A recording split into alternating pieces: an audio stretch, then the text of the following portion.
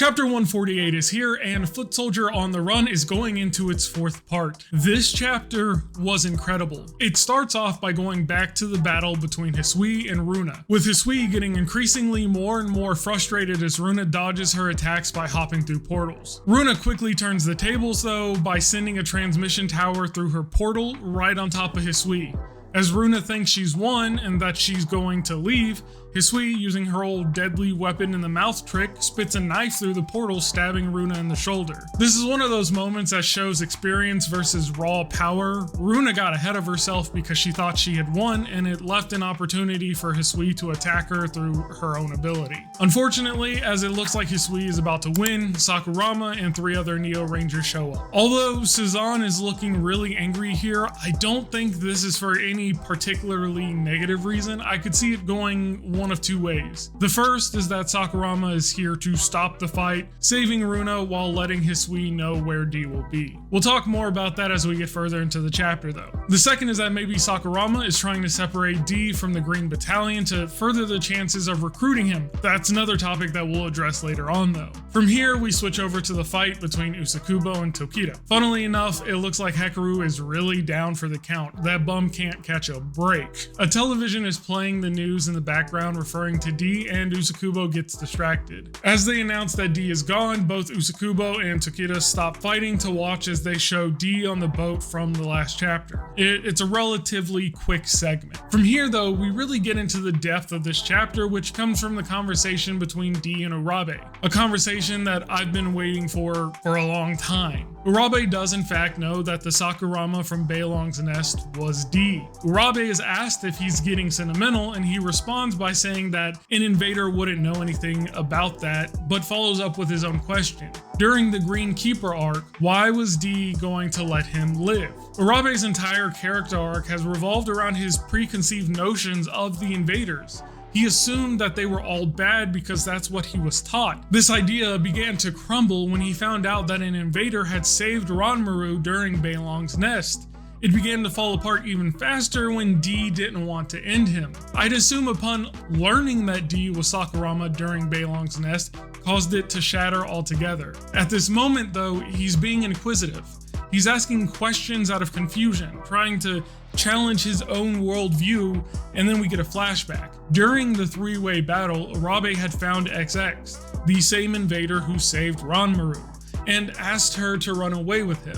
Both D and Urabe, however, get distracted as they see Shippo running as fast as the boat at max speed. Actually, probably faster since he was able to catch up with the boat. With one single leap, he ends up on the boat, ready to finish off D once again. D points out that it's the same divine tool that Runa had and asks how they even got divine tools, which I mean, Negi wouldn't keep pointing that out if it wasn't going to turn into a huge plot point. We'll have to find out though. Urabe tells Shippo to stop, which Shippo just tells him to not make him think about things. I think it would have probably been better if he told him that it was the Sakurama that they were with in Beilong's nest, but he probably didn't have the time to do that. D and Shippo then go back and forth with a bit of banter as their fight begins. As quickly as it began though, Urabe swerves, throwing Shippo off of the boat. It really feels like we're back in Beilong's nest, but in a much more serious situation. Currently, there are 4 people who were in Beilong's nest technically present,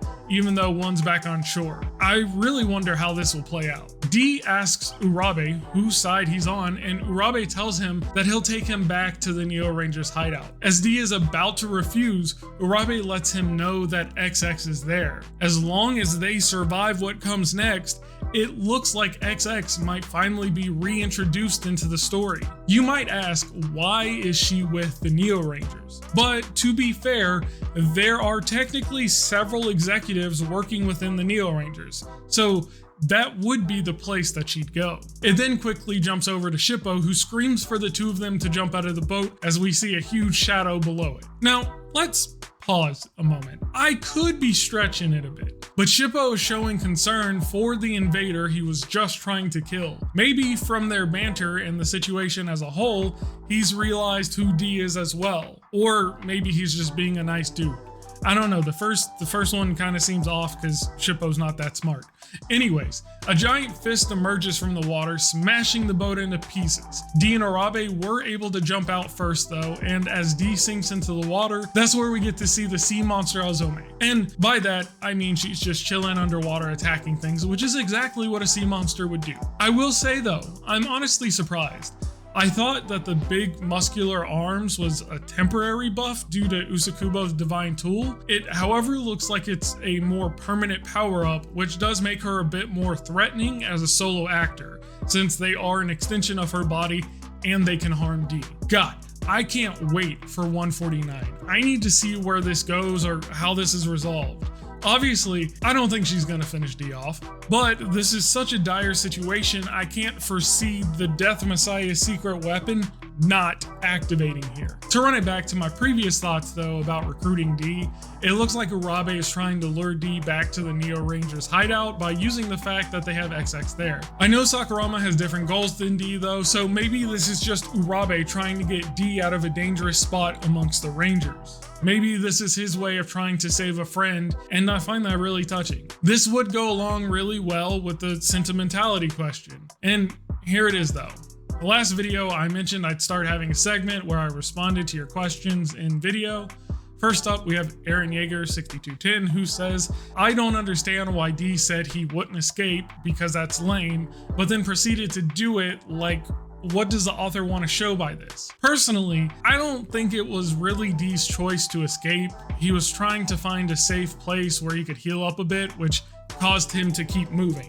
However, once he hit the bridge, he didn't have much of a choice. The plot forced him to run away at this point. I think this was just Negi pointing out the thought process that D has gone through before in regards to protecting people who help him. Jacob Alonzi says, boom, another great video. Much appreciated, much appreciated. My thought was the same. Are the Neo Rangers trying to recruit D? We did discuss that in this video a bit, and as much as I want to say they are, at this point, I think this is a decision being made by Urabe alone. I think Sakurama wants to save D from this situation, but I think Urabe wants him to join the Neo Rangers.